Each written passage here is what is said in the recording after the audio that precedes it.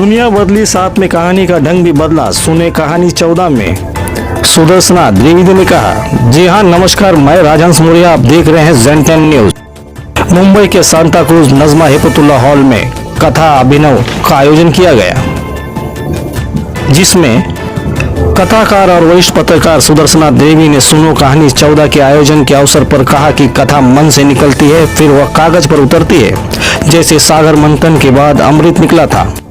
कथाकार स्त्री या पुरुष नहीं होता, कहानी सुंदर विधा है, गल्प नहीं। आज दुनिया बदल रही है, कहानी का ढंग भी बदला है। वह इस कार्यक्रम की अध्यक्षता कर रही थी। कथाकार, पत्रकार व इस आयोजन के संयोजक हरीश पाठक ने कहा कि कहानी मेरे जीवन की पद्धति है, वह मेरा संस्कार भी है, सरोकार भी। 2017 से शुरू हुआ यह मेरा प्रयोग आज 8वें साल में है और अब तक 48 कथाकार इसे जुड़ चुके हैं। मेरी दमित इच्छा है कि वो दिन आए जब टिकट खरीदकर लोग हिंदी कहानी सुनने आए। अंतिम क्षण तक यही मेरी कोशिश रहेगी। इस मौके पर सीमा असीम की कहानी गुलफिजा का पाठ अभिनेत्री श्रुति भट्टाचार्य ने और उसकी समीक्षा कमलेश पाठक ने की। उमा की कहानी रियाज का पाठ वरिष्ठ पत्रकार प्रियवदा रस्तोगी ने किया। इसकी समीक्षा डॉक्टर अंजू शर्मा ने की। मंजू श्री की कहानी केयर टेकर का पाठ कवियत्री रेखा बब्बल ने किया वह उसकी समीक्षा डॉक्टर उषा मिश्रा ने की। कथा व ATF एनी टाइम फूड द्वारा आयोजित इस समारोह का संचालन डॉक्टर रीता दास राम ने किया। स्वागत भाषण वरिष्ठ कथाकार अलका अग्रवाल व आभार वरिष्ठ पत्रकार विवेक अग्रवाल ने व्यक्त किया। इस मौके पर फिल्मकार अशोक शेखर, भरत असर, रितेश त्रिपाठी, पवन कुमार, दिनेश लखनपाल, रेखा निगम, शिवदत्त शर्मा, डॉक्टर हुबनाथ पांडे, कथाकार रविंद्र काथेगन, रामाकांत शर्मा, शेषनाथ पांडे, राजेंद्र शर्मा, अलका पांडे, संपादक कमलेश गुप्ता, प्रमोद कुशतना, प्रदीप गुप्ता, पत्रकार विनोद पाठक, राजेश विक्रांत, सरताज मेहंदी, पल्लवी मेहता, प्रतिमा चौहान सहित कला सहित संस्कृति फिल्म से जुड़े कई रचना धर्मी मौजूद थे। अखिल भारतीय अग्निशिखा की अध्यक्ष अलका पांडे ने भी अपनी उपस्थिति दर्ज कराई, जिसमें आए हुए अतिथियों ने क्या कुछ कहा, आइए देखते हैं हमारी खास रिपोर्ट।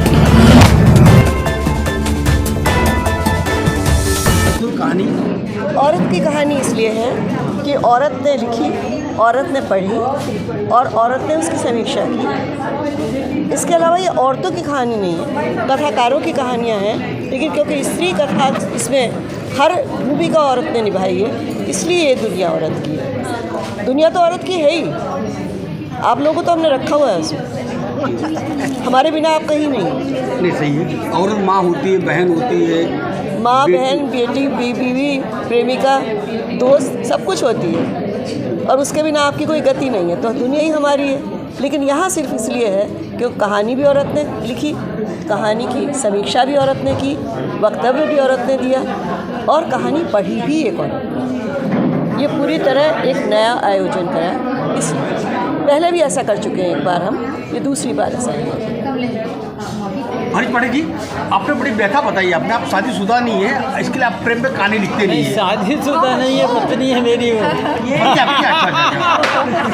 आप प्रेमी नहीं है आप हैं? मैंने ये कहा था कि मैंने अपनी ज़िंदगी में मैं 41 साल 40 साल से कहानियाँ लिख रहा हूँ और 60 के करीब कहानियाँ लिखी हैं। लेकिन मैंने कहानियों में रोटी का संघर्ष है ना, स्ट्रगल जो रहता है रोटी के लिए, उसको अपनी कहानियों का आधार बनाया जी। प्रेम पे मैंने कोई कहानी नहीं लिखी क्योंकि मेरे जीवन में प्रेम नहीं रहा। एक मिनट भाभी जी, क्या बात है, करनी करते आपसे प्रेम करते हैं वो तो वही बताएंगे, लेकिन मुझे प्रेम मिला नहीं बोल रहे हो। कथाकार को कहानी का आधार प्रेम नहीं बना, मेरे कहने का मतलब ये था। विवाह के बाद तो प्रेम सभी करते हैं घर में ना, जाना आपको पता नहीं है। हाँ, लेकिन मेरी कहानियों में मतलब रोटी का संघर्ष प्रमुख रहा। उस पर यहाँ कार्यक्रम भी हुआ, तो इसलिए क्या है कि हमारे उसमें कहानियों में प्रेम नहीं आया मेरी कहानियों में। बाकी तो गुनाहों का देवता 186 संस्करण हो गए, वो प्रेम कथा है, तो इसलिए वो है। और दूसरा ये है कि मेरी ये मान्यता है कि कहानी का आधार वो होना चाहिए, जैसा भी सुदर्शना जी ने कहा, जीवन का जो आधार है। जीवन का आधार क्या है? जीवन का आधार प्रेम तो नहीं है ना बहुत ज़्यादा। जीवन का आधार रोटी है, कपड़ा है, मकान है। तो हम उस को ज़्यादा बड़ा मुद्दा बनाएं जो हमारे जीवन का आधारभूत सच है, जो हमारे जीवन की ज़रूरत है जी। तो वो मेरा कहने का मतलब था। मेरी कहानी का आधार वही रहा है, प्रेम नहीं।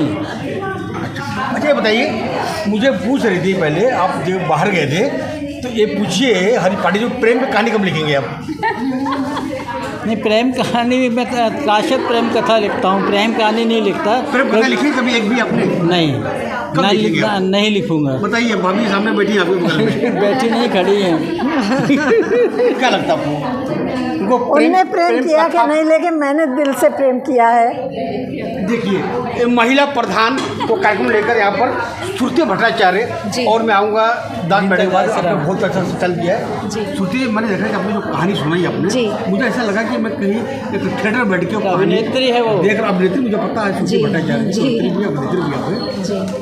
क्या बताइए, क्या लगता है कि वास्तव में स्त्री का महत्व कितना बड़ा आज इस दुनिया के अंदर है? स्त्री का महत्व तो दुनिया में बहुत ज़्यादा है, क्योंकि स्त्री ही जो है वो उत्पत्ति करती है, वो दुनिया को बसाती है। इसमें पुरुष का सहयोग ज़रूरी है, लेकिन गर्भधारण जो होता है या बच्चे को या दुनिया को कंसीव करती है वो एक औरत होती है, और उससे ही प्रकृति दुनिया बसती है, इसलिए उसका महत्व बहुत है। और मैं अभिनेत्री और कवित्री हूँ। मेरा ये पहला कथावाचन था मेरे जीवन का, और मैं धन्य हो गई, मुझे अच्छा लगा, और मैं चाहूँगी और भी कथावाचन करूँ। और ये औरतों के का महत्व जो है वो दुनिया में समझ रहे, लेकिन पुरुषों का महत्व भी बराबर है, उतना ही है, उसको भी बराबर महत्ता देनी है। जैसे कि उन्होंने कहा कि औरतें अगर पुरुष के बारे में लिखें तो और भी खूबसूरती होगी, या पुरुष अगर औरतों के बारे में कुछ बात करे तो और अच्छा लगता है। मतलब अपनी बढ़ाई अपने मुंह से बहुत अच्छी नहीं लगती है। हमें एक दूसरे के साथ समानता के साथ चलना चाहिए, एक दूसरे की भावनाओं और सम्मान की कद्र करनी चाहिए। मुझे ऐसा ही लगता है। बहुत अच्छा लग रहा है। बहुत रीता जी, बहुत अच्छा चला, आपने अच्छा बेहतर तरह किया है। क्या लगता है, जैसा कि श्रुति ने बताया है कि औरतों ने खुद अपने तरीके से, मतलब महिलाओं को आज उन्होंने बताया कि क्या वो सब उनका है। लगता है कि महिलाओं को पुरुषों का भी इस तरह व्याख्यान करना चाहिए, पुरुषों क्या महत्व है दुनिया के अंदर, तो होना ही नहीं होना चाहिए। पुरुषों का जितना महत्व है उतना स्त्रियों का भी महत्व है, और स्त्रियां मुख्य रूप से, प्रमुख रूप से आगे तब आएंगी जब वो इस अपने महत्व का एहसास खुद करेंगी। आज काफ़ी स्त्रियां घर में बंद है, अपने घर को संभाल रही है, लेकिन जिस दिन वो अपना महत्व समझेगी, काफ़ी महिलाओं ने आगे बढ़ के काफ़ी कार्य किए हैं, लेकिन जिस दिन हर महिला अपने महत्व को समझेंगी, एक दिन ज़रूर वो ऊपर आएंगी। और महिलाओं पर जो अत्याचार होते रहे हैं, जो घरेलू हिंसा होती रही है, जो उत्पीड़न उनके साथ होता रहा है, उसके लिए वो ज़रूर आवाज़ उठाएंगी। और ये चीज़ें एक दिन, मैं आशा करती हूँ कि एक दिन ख़त्म हो, कि वो इस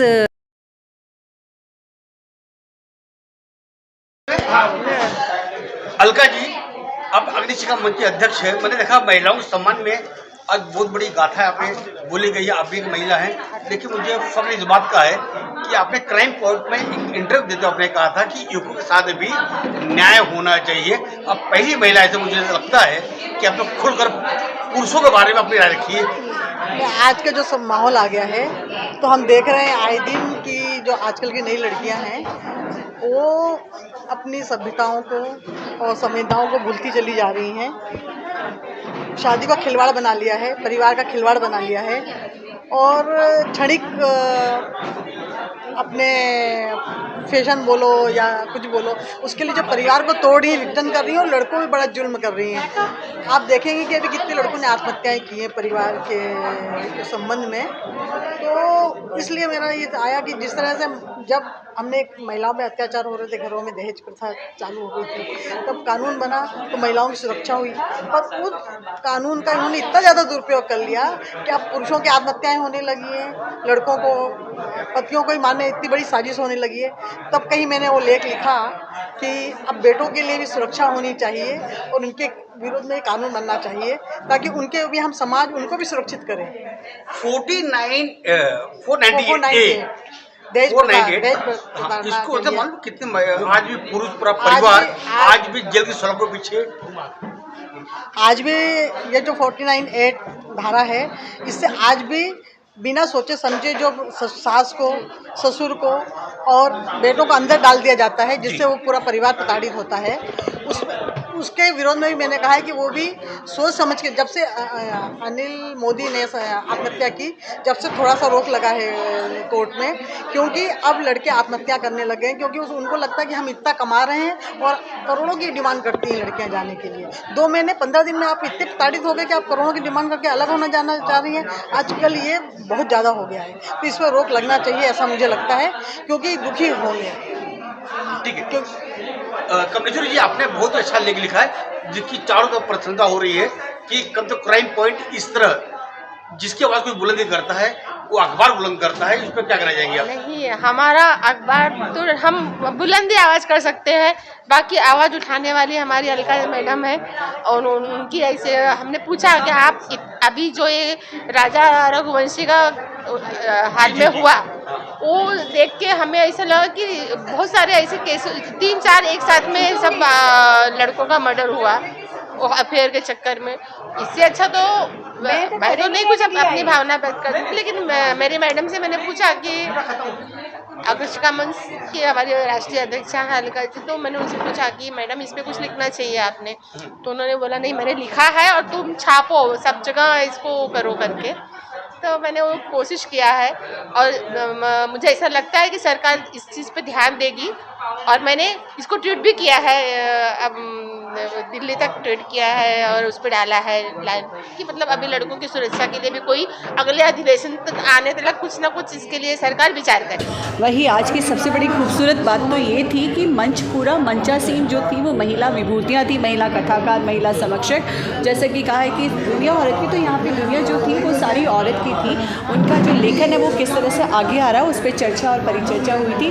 पर ख़ास बात सबसे ये कि जो सुनने वाले थे वो पुरुष थे, तो कह सकते हैं कि स्त्री और पुरुष का जो साथ है वो हमेशा का होता है, तो कोई स्त्री नहीं कोई पुरुष नहीं, और ये पूरी आपसी विश्वास और साझेदारी जो हम सब एक दूसरे के साथ निभाते वही तो हमें हमारे लिए कथा बनाती भी है। तो ज़िंदगी बहुत खूबसूरत और आज का कार्यक्रम वाकई बहुत अच्छा रहा। बाहर से लोग पधारें और ख़ासकर सभी को मैं बहुत बहुत धन्यवाद भी कहना चाहूँगी कि इतने सुंदर कार्यक्रम का आयोजन किया, खासकर हरीश सर का, और बहुत सुंदर कार्यक्रम बारिश में भी।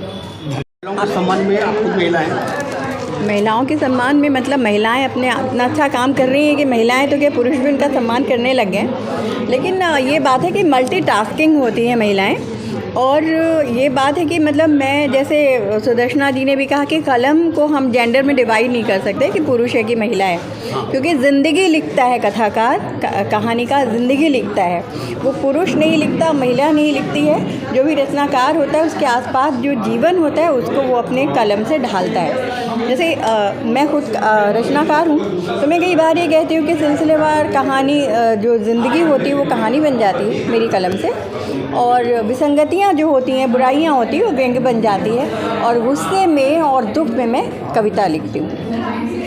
तो आज जो कार्यक्रम हुआ, हरीश पाठक जी 2017 से कथा कार्यक्रम कर रहे हैं, और कहानी सुनने की परंपरा हमारे यहाँ हमेशा से बनी रही है, और दादा दादी की कहानियाँ, नाना नानी की कहानियाँ, तो एक तरह से जब आपाधापी का ये जो युग है, ऐसे में अगर कहानियाँ सुना दी जाएँ, क्योंकि लोग पढ़ना नहीं चाहते हैं, और आजकल पुस्तकें बहुत कम हो गई हैं, बिकती हैं, लेकिन पुस्तकों का स्पर्श पुस्तकें भी कहती हैं हमें छू लो। तो इसी बहाने जब आप मान लीजिए मैंने आज उमा जी की कहानी सुनी, अब मुझे लगेगा कि चलिए मैं इनकी और कहानियों को पढूं। तो इस तरह से हरीश एक बहुत अच्छा काम कर रहे हैं कि नए नए रत्नाकारों को ला रहे हैं, तो पाठकों से उनका परिचय होता है, श्रोताओं से उनका परिचय होता है, और उनको लगता है कि चलिए हम इस कथाकार को और ज़्यादा पढ़ें। और फिर क्या होता है कि कई बार एक बात बहुत अच्छी जो होती है कि रचनाकार कई बार ये नहीं समझता, जब वो लिख रहा होता है तो अपनी तरह से लिखता है, लेकिन जब उसको एक समीक्षक या श्रोता जब सुनते हैं और उसके ऊपर अपनी तरह से बात रखते हैं तो कई बार रचनाकार को लगता है अरे अच्छा मेरी रचना में ऐसा भी था, मैंने ऐसा भी लिखा था। तो ये चीज़ें जो होती हैं ये बहुत ज़रूरी होती हैं। तो चलिए, मुझे लगता है कि साहित्य ज़िंदगी को बचाता है और ये जो कथा कार्यक्रम है ये हमारी ज़िंदगी में रस घोलता है। तो ये इसी तरह से हम मिलते रहें और ज़िंदगी में रस घुलता रहे, क्योंकि ऐसे तो गम बहुत हैं ज़माने में, लेकिन चलिए साहित्य के बहाने हम मिलते हैं और अपने गम को गलत कर लेते हैं। शुक्रिया।